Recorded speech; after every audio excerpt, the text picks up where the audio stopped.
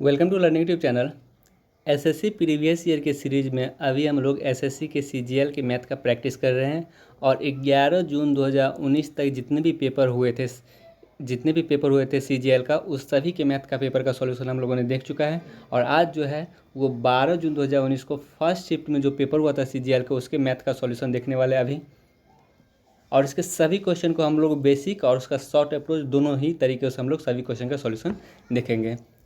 इसमें पहला क्वेश्चन है, यदि चीनी के मूल्य में 17% की वृद्धि हो जाती है और कोई व्यक्ति अपने खर्च में केवल 7% की ही वृद्धि करना चाहता है तो उसे खपत में कितने प्रतिशत की कमी करनी होगी। देखिए, इसका हम लोग दो तरीक़ा से यानी बेसिक भी, इस क्वेश्चन का हम लोग बेसिक भी देख चुके थे और साथ ही साथ इसका जो हम लोग इफेक्टिव रेट से कैसे बनाएंगे ये भी देख चुके थे।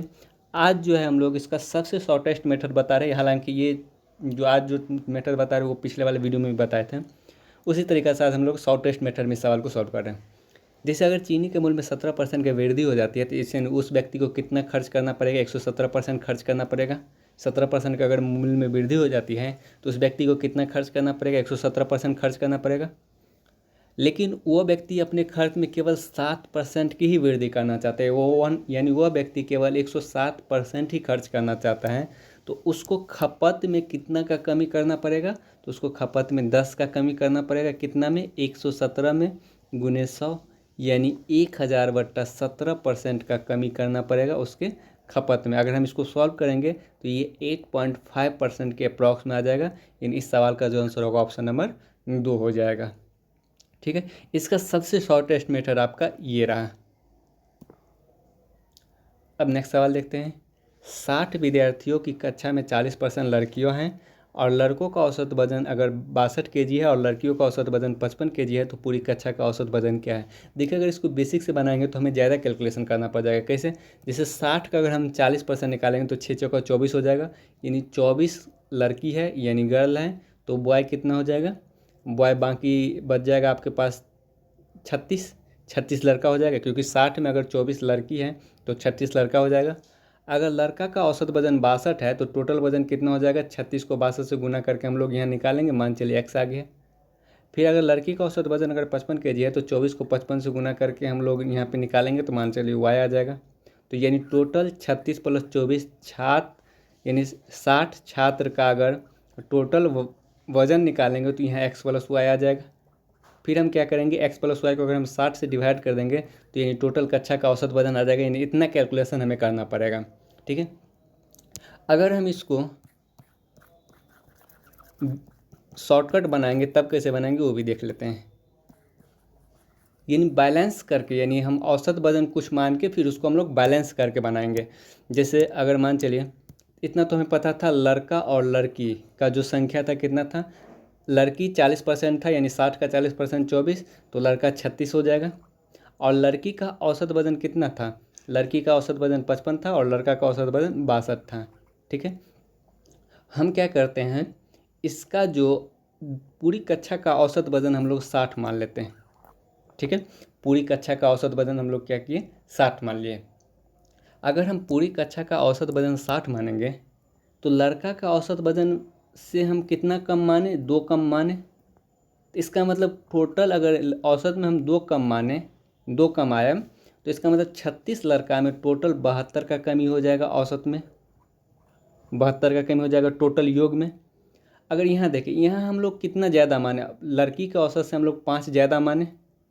अगर टोटल 24 लड़के औसत में 5 ज़्यादा माने तो टोटल 24 लड़की में टोटल कितना ज़्यादा हो जाएगा, यानी 24 पंचे 120 हो जाएगा, यानी 120 ज़्यादा हो जाएगा।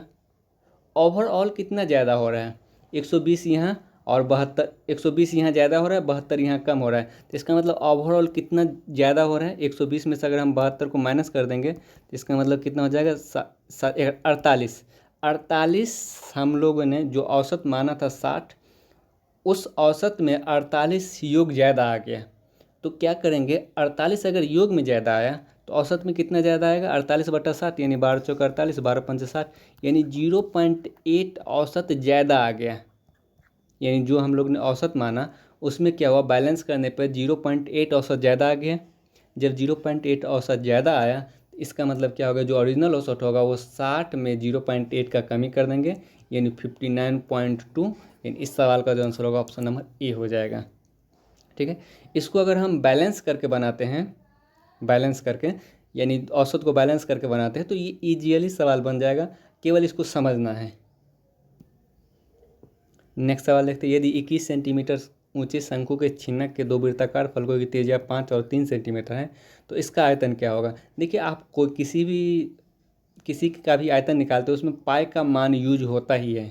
ठीक है, अगर पाई का मान जिसमें भी यूज हो, तो पाई का मतलब क्या होता है, 22/7, यानी 22/7 को हम लिख सकते हैं 2 × 11, यानी अगर आगे फार्मूला कुछ भी हो उसको तो आप 11 से गुना कर रहे हैं ना। अगर आप उसको 11 से गुना कर रहे हैं तो जो ऑप्शन 11, तो इसका मतलब जो आंसर आएगा वो 11 का मल्टीपल आएगा। तो हम चेक कर लेते हैं 11 का मल्टीपल कौन है, तो यानी 2 1 3, ये 11 का मल्टीपल नहीं है। 5 1 6 और 8, ये भी 11 का मल्टीपल नहीं है। 2 1 3 और 5, ये भी 11 का मल्टीपल नहीं है। 7 1 8 और ऊपर 8, यानी 11 का मल्टीपल एक ही ऑप्शन डी है। तो इस सवाल का जो आंसर होगा ऑप्शन नंबर डी होगा। हमें इसको सॉल्व करने का कोई ज़रूरत नहीं। अगर 11 का मल्टीपल क्षेत्रफल या आयतन वाले जहाँ पाई का यूज हो, अगर 11 का मल्टीपल एक ही ऑप्शन मिले, तो हम आंख बंद करके उस सवाल का आंसर वो ऑप्शन टिक आउट कर सकते हैं। ठीक है, अगर सवाल का बनाना होगा अगर इस सवाल को, तो हम फार्मूला लिख लेते हैं, वहाँ पे आप बना सकते हैं। यानी छिन्नक का जो आयतन होता है वो क्या होता है, πh/3 into capital R square plus small R square plus R गुने आर। ठीक है, यानी कैपिटल आर ऊंचाई दिया गया है, एच दिया गया है, और कैपिटल आर दिया गया और स्मॉल आर दिया गया। हम लोग इस सवाल को सॉल्व करके आयतन निकालेंगे तो भी 1078 ही आएगा। वैसे अगर 11 का मल्टीपल एक ही ऑप्शन में मिले, तो आंख बंद करके उस सवाल का आंसर 11 का मल्टीपल टिक आउट कर देना है। अब नेक्स्ट सवाल देखते हैं, x के किस मान के लिए 7 अंकीय संख्या 9 1 8 7 6x2 72 से विभाज्य होगा। यानी 72 से विभाज्य का मतलब क्या है, जो संख्या 9 और 8 दोनों से कटे वो संख्या 72 से भी कटेगा। तो हम क्या करते हैं, सबसे पहले 9 का मल्टीपल चेक कर लेते हैं। हालांकि हमें सबसे पहले 8 का मल्टीपल चेक करना पड़ेगा, लेकिन 8 का मल्टीपल अगर हम चेक करेंगे तो x के बदले में 2 या 3 मान संभव होगा। अगर हम 9 का मल्टीपल चेक करते हैं, 9 का मल्टीपल, तो 9 का मल्टीपल क्या होता है, अंकों का योग 9 से कट जाना चाहिए। देखिए, ये 9 को हटाते हैं, जो अंकों का योग 9 का मल्टीपल आ जाए उसको हटा देंगे। 8 1 9 कट गया, 7 और 2 9, ये सब 9 का मल्टीपल, इसको हटा दिए। अब बचा 6 और x, तो इसका मतलब x के बदले में अगर हम 3 रखेंगे तो 6 3 9 हो जाएगा, 9 का मल्टीपल मिल जाएगा। यानी इस सवाल का आंसर क्या हो जाएगा, ऑप्शन नंबर बी 3 हो जाएगा। ठीक है, यानी 9 के मल्टीपल से अगर x के स्थान पे एक ही मान संभव है, तो हम इस सवाल को 8 का मल्टीपल नहीं चेक करेंगे, सीधा 9 के मल्टीपल से ही हम इस सवाल का आंसर टिक आउट कर देंगे। अब नेक्स्ट सवाल देखते हैं, sin 44/cos 46, यानी ये डायरेक्ट समझ आना चाहिए, कितना हो जाएगा, 1 हो जाएगा। कैसे, यानी sin 90 - थीटा क्या होता है, cos थीटा होता है। sin 90 - थीटा या फिर cos 90 - थीटा किसके बराबर होता है, sin थीटा के बराबर होता है। अगर हम इस cos थीटा को sin थीटा में बदलेंगे, तो इसके एंगल को 90 में से घटाना पड़ेगा। अगर 90 में से 40 घटाएंगे तो ये 44 आ जाएगा। यानी sin cos 46 को लिख सकते हैं sin 44, तो sin 44/sin 44 कितना हो जाएगा, 1 प्लस sin स्क्वायर 60, sin 60 होता है √3/2, और √3/2 का स्क्वायर करेंगे तो 3/4 हो जाएगा, 3/4 माइनस cos स्क्वायर 45 कितना होता है, 1/√2, 1/√2 का स्क्वायर करेंगे तो 1/2 हो जाएगा। और sec 60 कितना होता है, 2 + 2। ठीक है, तो सबसे पहले इस दोनों को जोड़ देते हैं, 2 1 3। अगर हम इसको देखेंगे 1/2 को हम लिख सकते हैं 2/4, 1/2 को 2/4 लिख सकते हैं ना, 2 से गुना करके। यानी 3/4 में से 2/4 गया तो कितना बचा, 1/4 बचा। 3/4 में से अगर 2/4 गया तो 1/4 बचा ना, यानी 3 + 1/4, यानी 4 × 12 1, 13/4। यानी इस सवाल का जो आंसर होगा ऑप्शन नंबर डी हो जाएगा। अब नेक्स्ट सवाल देखते हैं, एक वस्तु को 30% 15% कर्मिक छूट के बाद 547.40 में बेचा जाता है, उस वस्तु का अंकित मूल्य क्या है। कुछ नहीं करना है, अंकित मूल्य x मान लेना है। अगर 30% का छूट दे रहे तो 70% बेच रहे हैं, 70% का शॉर्ट फॉर्म 7/10। फिर अगर 15% का छूट दे रहे तो 85% बेच रहे हैं, 85% का शॉर्ट फॉर्म 17/20। और टोटल जो विक्रय मूल्य हो रहा है वो 547.4 हो रहा है। ठीक है, अगर हम दशमलव हटाएंगे तो 1 0 आ जाएगा, 1 0 से 1 0 खत्म। फिर ये 17 पहले 7 से काट लेते हैं, यानी 7 7 49 बचेगा 5, 7 8 56, 7 9 14, 782। फिर 17 से काटेंगे तो यानी 17 चौका 68 और 17 6 के 102, यानी 46 आ जाएगा। तो x जो आएगा वो 46 × 20, यानी कितना आ जाएगा, 46 × 92 + 0, यानी 920। ऑप्शन नंबर सी इसका राइट आंसर हो जाएगा। अब नेक्स्ट सवाल देखते हैं, अगर a प्लस बी 6 दिया गया और a b 8 दिया गया तो a cube plus B cube निकालना है। तो अगर हमें a cube plus B cube का फार्मूला पता है तो भी हम निकाल सकते हैं। यानी क्या a cube plus B cube क्या फार्मूला होता है, a प्लस बी का whole cube -3ab into A plus B. ठीक है, a प्लस बी हमें पता है, a भी पता है, a प्लस बी भी पता है। हम लोग इस पर इसका सब मान रखे हम लोग डायरेक्ट सवाल का आंसर निकाल सकते हैं। या फिर अगर बाय द वे कोई ऐसा मान आपके दिमाग में सेट हो रहा है जिसको योग करने पे 6 और गुना करने पे 8 आ जाए, तब हम फार्मूला पे उस समय नहीं जाएंगे। यानी कितना हो जाएगा, अगर 4 और 2 लेते हैं तो 4 दूनी 8 और 4 प्लस 2 6, जिसका मतलब 4 2 इसी दोनों इक्वेशन को सेटिस्फाइड कर रहा है। तो हम एक्स के बदले में 4 ए के बदले में 4 और बी के बदले में 2 रख के इस सवाल को हम लोग सॉल्व कर लेंगे। यानी 4 का क्यूब 64 और 2 का क्यूब 8, यानी 64 + 8 72। यानी इस सवाल का जो आंसर होगा ऑप्शन नंबर ए हो जाएगा। अगर कोई मान यहाँ पे सेट हो जाता है, अगर आपके माइंड में कोई मान ऐसा तुरंत आ जाता है जो इस पे सेट हो जाए, तो आप क्या करेंगे, वहाँ पे मान रख के ही इस सवाल को सॉल्व कर लेंगे। वहाँ पर हमें ये फार्मूला पे जाने का कोई ज़रूरत नहीं है। अब नेक्स्ट सवाल देखते हैं। कॉस थीटा दिया गया 4/5, तो sine square theta cos square theta plus cos square theta sine theta. यहाँ पे एक गड़बड़ कर दिया गया। यहाँ पे cos square theta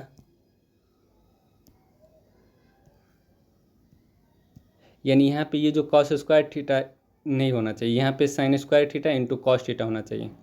sine square theta into cos theta plus cos square theta into sine theta, यानी ये सवाल होना चाहिए, तभी इस सवाल को आप सॉल्व कर पाएंगे। जैसे अगर कॉस थीटा अगर दिया गया है 4/5, तो यानी कॉस थीटा बराबर क्या होता है b/h। अगर b 4 h 5 तो p कितना हो जाएगा, p 3 हो जाएगा। 3 4 5 का ट्रिपलेट बनता है। तो साइन थीटा क्या हो जाएगा, साइन थीटा होता है p/h, यानी 3/5 साइन थीटा हो जाएगा। ठीक है, तो हमें क्या निकालना है, sine square theta into cos theta plus cos square theta into sine theta. ठीक है, आप डायरेक्ट चाहे तो साइन थीटा कॉस थीटा का मान रख के भी सॉल्व कर सकते हैं इसको, लेकिन हम क्या करते हैं, पहले हम कॉमन ले लेते हैं। Sine theta into cos theta दोनों में है तो हम लोग कॉमन ले लिए। Sine theta into cos theta अगर हम कॉमन लिए तो यहाँ क्या बचेगा, केवल साइन थीटा बचेगा। और यहाँ क्या बचेगा, एक कॉस थीटा कॉमन ले ले तो एक कॉस थीटा बच जाएगा। ठीक है, अब हम क्या करेंगे, हमारे पास साइन थीटा और कॉस थीटा का मान पता है, यानी साइन थीटा 3/5 आया था और कॉस थीटा 4/5 दिया गया है, इंटू 3/5 प्लस 4/5, तो ये 7/5 हो जाएगा ना। अब हम यहाँ से डायरेक्ट सॉल्व करेंगे। 4 × 12 = 84 बट्टा 25 25 5 125, यानी 84/125 ऑप्शन नंबर इसका राइट आंसर होगा। ठीक है, आप मान रख के भी यहाँ पे सॉल्व कर सकते थे, या फिर कॉमन ले लिए तो 1-2 मिनट में सॉल्व हो जाएगा। 1-2 मिनट नहीं, 10 से 20 सेकेंड में सॉल्व हो जाएगा। अब नेक्स्ट सवाल देखते हैं। √x + 1/√x बराबर अगर 2√2 दिया गया तो x² + 1/x² कितना होगा। तो इसका ऑप्शन अगर बनाएगा तो आप 5 सेकेंड में इसको सॉल्व कर पाएगा। 2 सेकेंड में एक ऑप्शन नंबर ए इसका राइट आंसर होगा। कैसे होगा वो भी देख लेते हैं। जैसे अगर आपको पता है कि x + 1/x अगर a दिया रहता है तो x² + 1/x² क्या होता है, a² - 2। ये चीज़ तो पता होगा, यानी जो भी आंसर आएगा वो किसी न किसी के स्क्वायर से 2 कम आएगा। ठीक है, एक 34 ही ऐसा संख्या है जो 6 के स्क्वायर से 2 कम है।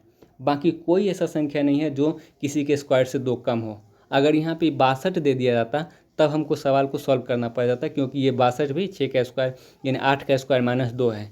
लेकिन किसी के स्क्वायर -2 एक ही ऑप्शन ए है, तो इस सवाल का जो आंसर होगा ऑप्शन नंबर ए हो जाएगा।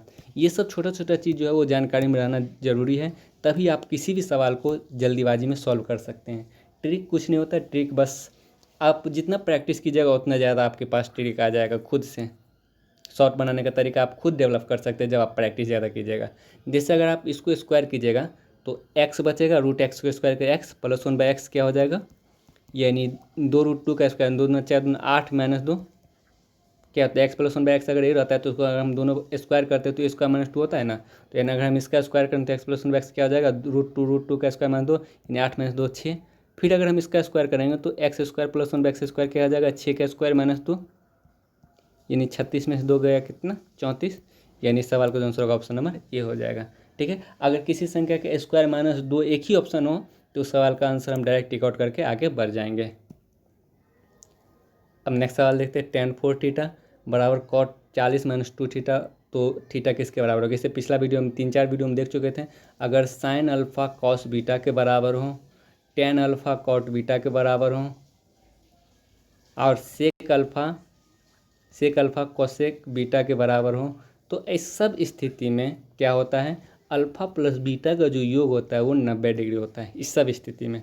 तो यहाँ पे tan alpha is equal to cot beta दिया गया है। तो इसका मतलब क्या होगा, अल्फ़ा प्लस बीटा का योग 90 डिग्री यानी 4 थीटा प्लस 40 माइनस 2 थीटा, यानी दोनों का जो योग होगा वो 90 हो जाएगा।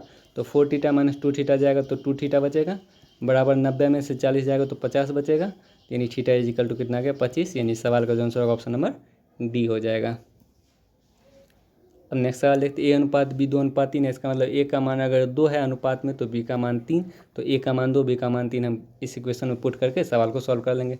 अगर ए 2 करेंगे तो 10 और बी 3 करेंगे तो 6, 10 में से 6 गया 4 अनुपात ए 2 करेंगे तो 10 और बी 3 करेंगे तो 6, यानी 10 प्लस 6 16, यानी 1:4। इस सवाल का आंसर ऑप्शन नंबर डी। अब नेक्स्ट सवाल देखते हैं, 2 वर्ष के लिए 12% दर से x रुपया पर चक्रवृद्धि ब्याज और साधारण ब्याज के बीच का जो अंतर है 43.20 है। देखिए इफेक्टिव रेट से भी बना सकते हैं या फिर आप फार्मूला से भी बना सकते हैं। तो 2 ईयर का जो सी और एस आई का जो अंतर होता है वो क्या होता है, PR²/100 का स्क्वायर। ठीक है, तो अंतर दिया गया 43.2 बराबर मूलधन निकालना है और रेट दिया गया है 12 × 12 R²/100 × 100। ठीक है, अगर हम इस पॉइंट को हटाएंगे तो एक जीरो नीचे आ जाएगा, एक जीरो से एक जीरो कैंसिल हो जाएगा। ठीक है, फिर अगर हम 12 से काटेंगे तो 12 से 3 बार में 36 और 12 से 6 बार में 72, फिर ये 12 से काटेंगे तो 3, जो मूलधन आएगा वो 3 पर 2 1 3 0, यानी 3000, ऑप्शन नंबर सी। अब नेक्स्ट सवाल आते हैं, सिंप्लीफिकेशन का सवाल। इसमें कुछ नहीं करना, 3.8 दिया ही गया है प्लस, सबसे पहले ब्रैकेट का काम कर लेते हैं। 8.2 को अगर हम 4.1 से भाग देंगे, यहाँ पे डिवाइड का साइन है, तो कितना बचेगा, 41 × 82 यानी 2 बचेगा, गुने 2 तो कितना बचेगा, 2 दूनी 4 आ जाएगा, ये माइनस। देखिए 4×3 12 को अगर हम 1.2 से डिवाइड करेंगे तो ये पॉइंट हटेगा तो 0 जाएगा और ये 12 से 12 कट जाएगा, यानी 10 बच जाएगा। ठीक है, तो ये कितना हो जाएगा, 7.8 में से अगर हम 10 को घटाएंगे तो -2.2 आ जाएगा, यानी सवाल को जो आंसर होगा ऑप्शन नंबर बी हो जाएगा। अब नेक्स्ट सवाल देखते हैं, 2 वस्तु में से प्रत्येक को 4956 रुपये के मूल्य पर बेचा जाता है। उनमें से एक वस्तु पर विक्रेता को 18% का लाभ होता है और दूसरी वस्तु पर विक्रेता को 16% का हानि, यहाँ पे कर लीजिएगा 18% नहीं 16% की हानि होती है। विक्रेता को कुल मिलाकर कितने प्रतिशत की लाभ अथवा हानि हुई है। देखिए इस सवाल को बनाने का हम लोग तो शॉर्टेस्ट मेथड क्या था वो लोग देख चुके थे, आज फिर देख लेते हैं इस सवाल को जो शॉर्टेस्ट मेथड में हम लोग कैसे बनाते हैं। सबसे पहले हम क्या बोलते थे, CP और SP का अनुपात निकाल लेना है, CP और SP का। जैसे अगर CP 100 रहेगा, पहला वस्तु का क्रय मूल्य 100, तो उसका जो 18% लाभ पे बेचे तो इसका जो विक्रय मूल्य आएगा 118 हो जाएगा। अगर दूसरा वस्तु का क्रय मूल्य अगर 100, अगर हम उसको 16% की हानि पे बेचें तो इसका मतलब वो कितना हो जाएगा, 84 रुपये उसका विक्रय मूल्य आ जाएगा। ठीक है, और लेकिन दोनों वस्तु का जो विक्रय मूल्य है वो कितना दिया गया, 4956 दिया गया है, जबकि यहाँ पे दोनों वस्तु का विक्रय मूल्य 118 और 84 आ रहा है। तो इस 118 और 84 को 4956 बना लें तो क्या होगा कि इस दोनों का मल्टीपल हो जाएगा, कहीं ना कहीं इस दोनों का मल्टीपल होगा। लेकिन अगर यहाँ पे क्या हो रहा है कि इस दोनों का मल्टीपल नहीं हो रहा है, बाकी सवाल में मल्टीपल हो जाता था, इसमें इन दोनों का मल्टीपल नहीं हो रहा है। तो हम क्या करेंगे, इसको अनुपात, इसको कन्वर्ट करके दूसरा अनुपात में कन्वर्ट कर देते हैं। जिससे अगर हम इसको काटेंगे 2 से कितना बार में कट जाएगा, 50 बार में, और 2 से कितना बार में कट जाएगा, 42 बार में। अब अगर हम 118 और 42 को गुना करेंगे तो 8 दूना 16 का स्थान पे 6 आ रहा है, यानी इस दोनों का मल्टीपल क्या हो जाएगा, 4956 आ जाएगा। देखिए दोनों का विक्रय मूल्य अगर 4956 है तो हम क्या करेंगे, पहला इक्वेशन को 42 से गुना करके 4956 विक्रय मूल्य ले आएंगे। अगर हम इसको 42 से गुना किए तो इसको भी 42 से गुना करेंगे तो इसका मतलब इसका क्रय मूल्य 4200 हो जाएगा। अगर हम इसको 118 से गुना किए, यानी इसको 118 से गुना करके 4956 बना देते हैं विक्रय मूल्य को, क्योंकि दोनों का विक्रय मूल्य 4956 है ना। अगर हम इसको 118 से गुना किए तो इसको भी 118 से गुना करेंगे। अगर इसको 118 से गुना करेंगे तो क्रय मूल्य कितना आ जाएगा, यानी 18×5 90, 5900 आ जाएगा, इसका क्रय मूल्य 5900। अब यहाँ से हम टोटल क्रय मूल्य, टोटल विक्रय मूल्य निकाल लें। टोटल क्रय मूल्य जो होगा CPO कितना आ जाएगा, 4200 प्लस 5900 कितना हो जाएगा, 9 2 11 5 4 1 10, यानी 10,100 टोटल क्रय मूल्य। और टोटल विक्रय मूल्य कितना आएगा, 4956 को अगर हम 2 से गुना करेंगे तो 6 9 12 5 9 10 11 और 9 2 18 19 4 2 8 1 9, 9912 आ गया। तो CP अगर 10,100 है और SP अगर 9912 है तो इस स्थिति में हमें हानि होगा, क्योंकि विक्रय मूल्य कम है। तो कितना का हानि हो रहा है, हानि प्रतिशत हमें निकालना है, यानी लाभ अथवा हानि प्रतिशत निकालना है। तो हानि प्रतिशत कितना का हानि हो रहा है, तो ये हानि हो रहा है आपका 88 + 100 यानी 188 का हानि हो रहा है। कितना पे, 10,100 पे गुने 100। ठीक है, यहाँ डबल जीरो कट गया, यानी 101 को अगर हम ये 188 से भागा देंगे तो 1.8 के अप्रॉक्स में हानि हो रहा है, अप्रॉक्स में। तो 1.9 ऑप्शन नंबर इसका राइट आंसर हो जाएगा।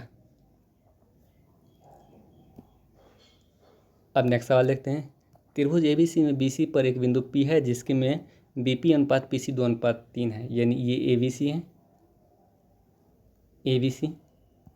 ABC में BC पर कोई बिंदु P है और P इस प्रकार है कि BP अनुपात PC 2:3 है। ठीक है, तो अगर हम बात करें इसके क्षेत्रफल का भी अनुपात क्या हो जाएगा, 2:3 हो जाएगा। अगर शीर्ष सेम रहता है, दो त्रिभुज का शीर्ष एक शीर्ष सेम रहता है तो जो उसके क्षेत्रफल का अनुपात होता है वही भुजा का अनुपात हो जाता है। ठीक है, तो अगर इसके भुजा का अनुपात 2:3 है तो इसके क्षेत्रफल का भी अनुपात 2:3 हो जाएगा। Q बिंदु BP का मध्य बिंदु है। अगर BP का मध्य बिंदु Q है, ये BP का मध्य बिंदु अगर Q है, यानी BP टोटल 2 था, तो इसका मतलब मध्य बिंदु अगर Q है तो ये 1:1 हो जाएगा। तो अगर हम बात करें, अगर हम इसको मिला देंगे तो अगर इसके भुजा का अनुपात 1:1 है तो इसके क्षेत्रफल का भी अनुपात 1:1 हो जाएगा, इस दोनों के क्षेत्रफल का अनुपात।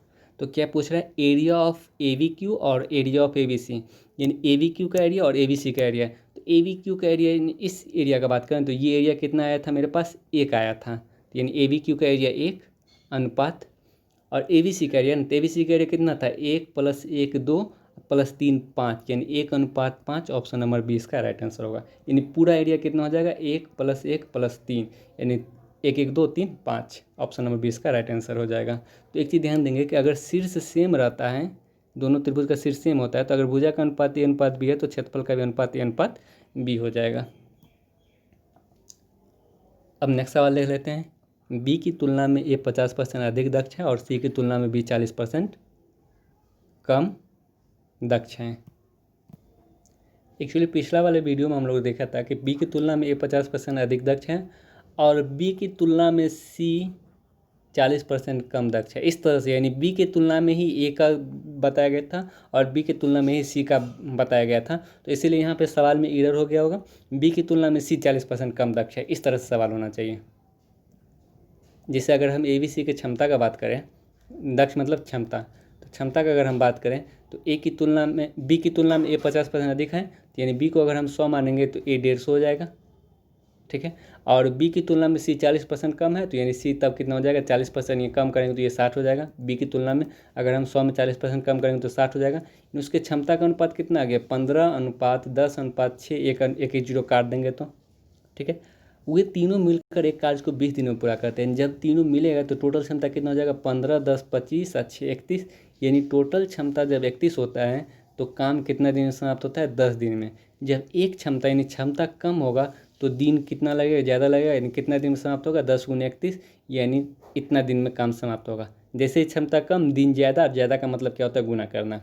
ठीक है, तो C के बारे में बोला ना, तो C का क्षमता कितना, 6। जब 6 क्षमता रहेगा तो कितना दिन, 10 × 31/6 दिन, ये इतना दिन लेगा। इतना दिन C टोटल काम करेगा। तो बोला जा रहा है C अकेला उस कार्य के 30% कितना दिन में पूरा करेंगे, यानी इतना दिन में टोटल काम को करेगा। तो 30% कितना दिन में करेगा, 30/100 कर दें, 30/100। सॉरी, यहाँ पे ये 20 दिन में काम पूरा करते हैं, यानी ये 31 क्षमता रहता है तो 20 दिन, यहाँ पे 20 दिन, 10 दिन नहीं था, 20 दिन था। तो अगर हम देखें तो ये 6 को 100 से गुना करेंगे 600, और 30 20 को गुना करेंगे तो 600, यानी इस सवाल का जो आंसर आएगा 31 दिन, यानी ऑप्शन नंबर डी इसका राइट आंसर हो जाएगा। अब नेक्स्ट सवाल देखते हैं। एक रेलगाड़ी बिना रुके स्टॉपेज 80 किलोमीटर प्रति घंटा की औसत गति से और रुकने के साथ 64 किलोमीटर प्रति घंटा की औसत गति से चलती है, तो रेलगाड़ी औसतन प्रति घंटा कितनी मिनट रुकती है। देखिए, अगर चाल का अनुपात अगर 80 से 60 हो गया तो समय का अनुपात क्या हो जाएगा, 60 से 80, क्योंकि जो समय का अनुपात होता है चाल के अनुपात का जस्ट रिवर्स होता है। तो यहाँ पे रेलगाड़ी कितना रुक रहा है, 20 रुक रहा है, कितना में, 80 में। तो बोला 1 घंटा में कितना मिनट रुकता है, यानी अगर हम मिनट में निकालना तो हम लोग 60 से गुना कर देंगे, यानी 20 से ये 4 बार में, 4 से ये 15 बार में, यानी 1 घंटा में औसतन 15 मिनट रुक रहा है। सॉरी, 20 से 4 बार में, 4 से 15 बार में।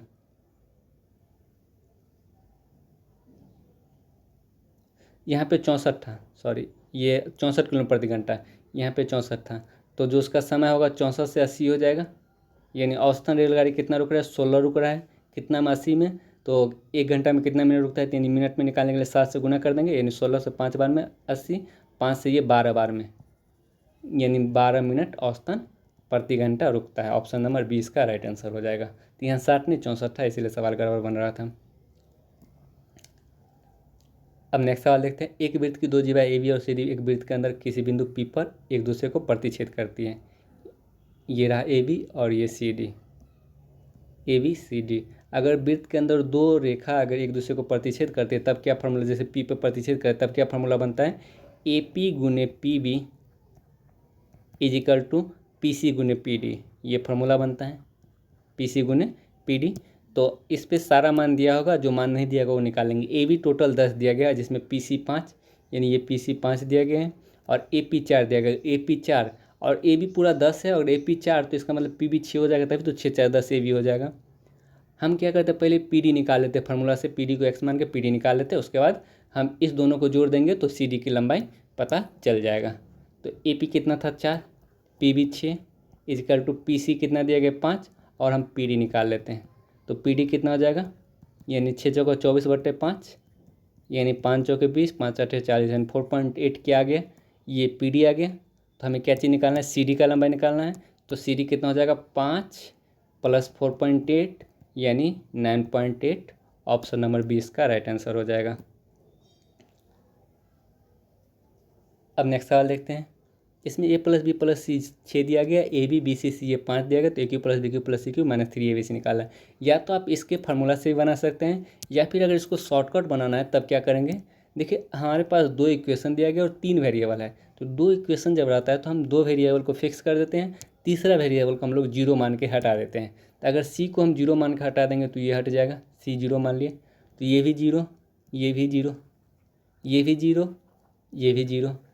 तो हमारे पास क्या दिया है, ए + बी कितना दिया गया 6 आ गया, और ए बी कितना आ गया 5 आ गया। अगर 2 इक्वेशन है तो हम 2 ही वेरिएबल को फिक्स करेंगे, बाकी तीसरा वेरिएबल को हम लोग कुछ भी मान सकते हैं। यदि 0 मान के हम लोग क्या किए, तीसरा वेरिएबल को हटा दिए, तो हमें क्या निकालना है, ए क्यू + बी क्यू निकालना है। और अभी जस्ट हम लोग पढ़े हैं ए क्यू + बी क्यू क्या फार्मूला होता है, ए + बी का whole cube -3 A B into A + B. ठीक है, तो ए + बी कितना है 6, 6 का क्यूब कितना हो जाएगा 216 -3, ए बी कितना आ गया, ए बी आपके पास 5 दिया गया था, ए बी 5, और ए + बी कितना 6, यानी 5 या 15 6 के 90, यानी 216 में से अगर हम 90 माइनस करेंगे तो कितना हो जाएगा 126 आ जाएगा, यानी इस सवाल का आंसर ऑप्शन नंबर सी हो जाएगा। एक लाइन में बन जाएगा अगर आप तीसरा इक्वेशन को, तीसरा वेरिएबल को 0 कर देते तो। अब नेक्स्ट सवाल देखते हैं। यदि ओ केंद्र वाले एक वृत्त का व्यास ए बी और सी डी इस प्रकार जीवा है कि ए बी सी डी एक समलंब बनता है, यदि बी ए सी 28 डिग्री है तो सी ए डी कितना होगा। देखिए अगर इस तरह का सवाल आप प्रैक्टिस कर रहे होंगे तो आप इसको एक लाइन में बना सकते हैं, यानी 90 में से 28 × 56 को माइनस कर दीजिए तो कितना हो जाएगा, ये 34 आ जाएगा, यानी इस सवाल का जो आंसर होगा ऑप्शन नंबर सी हो जाएगा। अगर प्रैक्टिस कर रहे होंगे तो वहाँ से आप खुद ट्रिक क्रिएट कर सकते हैं। जब आप किसी भी सवाल का प्रैक्टिस करते हैं तो अगर आप उस सवाल को नया नया तरीका से, यानी जो सवाल बार बार आए उसको नया नया तरीका से देखते रहिए और उसी में ट्रिक खोजिए, आप खुद से ट्रिक क्रिएट करने लगेगा। जिस इस सवाल को हम लोग कैसे बनाएंगे शॉर्टकट में, पहले उसका बेसिक देख लेते हैं और शॉर्टकट पे भी आएंगे। जैसे अगर बात करें हम, ये एक समलंब है, ये एक एक वृत्त है, वृत्त में ए बी एक जीवा दिया गया, ये ए बी एक व्यास है, ए बी व्यास है और सी डी जीवा है, सी डी जीवा है, ए बी व्यास है और सी डी जीवा है, और ये ए बी जो है सी डी के समानांतर हो जाएगा, क्योंकि ये बोला गया कि ए बी सी डी समलंब है, ए बी सी डी समानांतर हो जाएगा। तो अगर मान चलिए ये दोनों समानांतर होता है, अगर आप इसको अल्फा, अगर आप क्या करते हैं इसको थीटा मानते हैं, अगर आप इसको थीटा, तो ये कितना हो जाएगा 180 - थीटा, क्योंकि चक्रीय चतुर्भुज में क्या होता है, आमने सामने कोणों का योग 180 होता है। ठीक है, अगर ये 180 - थीटा होगा तो अब एक चीज़ और आते हैं, जैसे ए बी और सी डी एक दूसरे के समानांतर है और ये इसको प्रतिच्छेद कर रहा है, तो इसका मतलब इसके एक ही ओर का जो अंतःकोण होता है उसका योग जो होना चाहिए 180 होना चाहिए, तो इसका मतलब ये भी थीटा हो जाएगा। तो हम इस इक्वेशन से पता कर लिए अगर ये थीटा तो ये भी थीटा, अगर ये थीटा तो ये 180 माइनस थीटा ये भी हो जाएगा। यानी अगर वृत्त के अंदर अगर कोई समलंब दिया गया है तो यानी उसके नीचे का दोनों कोण और ऊपर का दोनों कोण क्या होगा, आपस में बराबर हो जाएगा। यानी ये दोनों कोण और ये दोनों कोण आपस में क्या हो जाएगा, बराबर हो जाएगा। इतना हम लोग थ्योरेटिकली पता कर लिए। अब एक चीज़ और आते हैं, एक चीज़ और देखते हैं।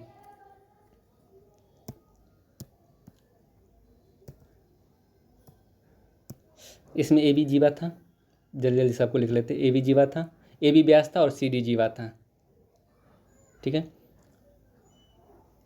ए बी सी डी एक समलंब था। अब आते हैं, जैसे अगर मान चले और ये आपका लंब दिया गया है, यानी इसमें हमें बी ए सी 28 दिया गया ना, यानी ये एंगल दिया गया ना। अगर मान चले आप इसको थीटा मानते हैं, अभी हम पहले इसका फार्मूला निकाल लेते हैं, उसके बाद हम इसको डायरेक्ट सॉल्व कर लेंगे। ये थीटा है, तो हम लोग को पता है कि अर्ध व्यास पे यानी ये व्यास पे जो बना कोण होता है 90 डिग्री का होता है, तो इसका मतलब ये थीटा, तो ये कितना हो जाएगा, ये आपको 90 हो जाएगा। ये 90 होगा ना, क्योंकि ये व्यास पे कोण बना है। और इस त्रिभुज में अगर ये 90 ये थीटा, तो ये कितना हो जाएगा, तीनों कोणों का 180 होना चाहिए। तो 180 में से अगर हम 90 और थीटा घटा देंगे तो ये क्या आ जाएगा, 90 माइनस थीटा। यानी ये जो कोण आएगा वो 90 माइनस थीटा आ जाएगा। और हम लोग को क्या पता था कि अगर ये 90 माइनस थीटा आया तो ये भी तो 90 माइनस थीटा आ जाएगा ना, ये भी 90 माइनस थीटा आ जाएगा। अब एक चीज़ यहाँ पे गौर कीजिएगा, यहाँ पे गौर कीजिएगा, ये पूरा 90 माइनस थीटा है और ये थीटा है। तो ये ऊपर वाला कोण निकालने के लिए यानी एंगल डी ए सी निकालने के लिए हम क्या करेंगे, ये पूरा 90 माइनस थीटा में से 90 माइनस थीटा में से ये थीटा को घटा देंगे, यानी ये वाला कोण को घटा देंगे, तो ये ऊपर वाला कोण आ जाएगा ना। तो यानी 90 माइनस 2 थीटा घटाना पड़ेगा, 90 माइनस 2 थीटा, ठीक है। इतना दिन से हम लोग 3-4 दिन ये सवाल आया था, तो अगर हम प्रैक्टिस कर रहे थे तो अगर हम इसका शॉर्ट बनाएंगे तो कैसे बनेगा, 90 माइनस 2 थीटा। यानी अगर ये कोण दिया गया हो और ये ऊपर वाला कोण निकालना है तो हम उसका डायरेक्ट फार्मूला क्या होगा, 90 माइनस 2 थीटा। यानी 90 माइनस 28 दूना 56, तो कितना आ जाएगा, 34। यानी इस सवाल का जो आंसर होगा ऑप्शन नंबर सी हो जाएगा। तो अगर आप प्रैक्टिस करते हैं तो कोई भी चीज़ का ट्रिक जो है वो खुद से क्रिएट कर सकते हैं। अब नेक्स्ट सवाल देखते हैं, यानी ए बी सी समरूप है आर क्यू पी। अगर A B C R Q P के समरूप है यानी सिमिलर है, तब इसके जो करस्पॉन्डिंग साइड का रेशियो होगा वो इक्वल हो जाएगा। यानी अगर इसमें हम ए बी लेंगे तो इसमें आर क्यू लेना पड़ेगा, यानी ए बी और आर क्यू का रेशियो। इसमें अगर हम बी सी लेंगे तो इसमें पी क्यू लेना पड़ेगा, बी सी बटा क्यू पी। अगर हम इसमें ए सी लेंगे तो इसमें आर पी लेना पड़ेगा, ए सी बटा आर पी। यानी इसके जो करस्पॉन्डिंग साइड का जो रेशियो होगा वो इक्वल हो जाएगा। और हमें पता है कि अगर दो त्रिभुज समरूप होता है तो उसके एरिया का अनुपात area of P Q R बटा area of A B C जो होगा वो उसके भुजा के रेशियो का स्क्वायर हो जाएगा। अगर हम इसमें बी सी निकालें ना हमें, यानी अगर हम नीचे वाला में बी सी लेंगे, ए बी सी में बी सी, तो बी सी के साथ किसका संबंध दिया गया, क्यू पी का संबंध, यानी ऊपर वाला में हमें क्यू पी लेना पड़ेगा। अगर हम नीचे वाला में ए सी लेते हैं तो ऊपर वाला में क्या लेना पड़ता, आर पी लेना पड़ता अगर हम ए सी लेते तो, ठीक है। तो वहीं से यहाँ से हम पी क्यू बटा बी सी का स्क्वायर कर लें, क्योंकि हमें बी सी निकालना था। और ये स्क्वायर इधर हो जाएगा तो ये रूट अंदर आ जाएगा। और इसका जो एरिया का अनुपात था वो 9:4 था, यानी 9:4, तो यानी 3/2 बाहर निकल जाएगा। और पी क्यू का लंबाई 10 दिया गया है और बी सी का लंबाई निकालना है, तो जो बी सी आ जाएगा यहाँ से कितना आ जाएगा, 10 × 20/3। यानी इस सवाल का जो आंसर होगा ऑप्शन नंबर सी हो जाएगा। अब नेक्स्ट सवाल देखते हैं हम। अब ये डी आई से सवाल है। निम्नलिखित तालिका में 5 अलग अलग कॉलेज के विद्यार्थियों का प्रतिशत विभाजन दर्शाया गया है। यानी ये जो दिया गया वो प्रतिशत दिया गया है। यानी कहने का मतलब है अगर टोटल ए में 8000 छात्र था, 8000 में 25% विज्ञान में, 35% अर्थशास्त्र में और 40% गणित में। बी कॉलेज में टोटल 10,000 स्टूडेंट था, जिसमें 25% गणित में, 40% अर्थशास्त्र में और विज्ञान में 35%। यानी यही विभाजन दर्शाया गया।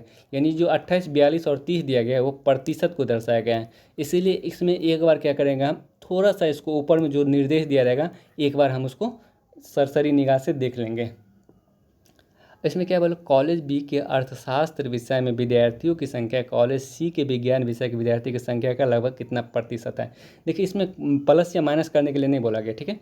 तो हम क्या करते हैं, कॉलेज बी के अर्थशास्त्र में विद्यार्थी की संख्या, कॉलेज बी में अर्थशास्त्र, कॉलेज बी में टोटल 10,000 था। एक चीज़ और ध्यान दीजिएगा, अगर हम 10,000 में प्रतिशत निकालना है, कितना भी प्रतिशत निकालना है तो बट्टा 100 करेंगे ना, तो 100 में क्या होगा, प्रतिशत निकालना होगा तो क्या होगा, 2 जीरो खत्म हो जाएगा। तो हम क्या करते हैं ना कि अगर हमें प्रतिशत निकालना है तो उस समय हम 2 जीरो लेंगे ही नहीं, क्योंकि 2 जीरो खत्म हो जाएगा। डायरेक्ट हमको जैसे 8,000 में, जैसे इसमें हमें विज्ञान में निकालना है तो हम जो 2 जीरो खत्म करके और 80 को डायरेक्ट 25 से गुना कर देंगे, ठीक है। क्योंकि प्रतिशत निकालना है तो 2 जीरो नीचे वाला और ऊपर वाला कट जाएगा। तो कॉलेज बी में अर्थशास्त्र में विद्यार्थी की संख्या कितना हो जाएगा, कॉलेज बी में टोटल 10,000 था। तो अगर हम प्रतिशत निकालें तो 2 जीरो खत्म कर दें, यानी 100 को कितना से गुना कर दे, अर्थशास्त्र में 40, यानी कॉलेज बी में अर्थशास्त्र में इतना विद्यार्थी होगा। किस संख्या, कॉलेज सी के विज्ञान, कॉलेज सी में टोटल 15,000 था और 2 जीरो खत्म कर देंगे क्योंकि परसेंटेज निकालना है ना। तो यानी 150 का विज्ञान में कितना है, विज्ञान में 45%, तो डायरेक्ट 45 से गुना कर दें, का कितना प्रतिशत है, फिर प्रतिशत निकालने के लिए 100 से गुना कर देंगे। तो यहाँ से अगर हम कैलकुलेशन करेंगे तो कितना हो जाएगा, 5 से ये 8 बार में, 5 से ये 9 बार में, 50 से 2 बार में, 50 से ये 3 बार में, यानी कितना हो जाएगा 1600/27, यानी ये लगभग में कितना हो जाएगा, ये लगभग में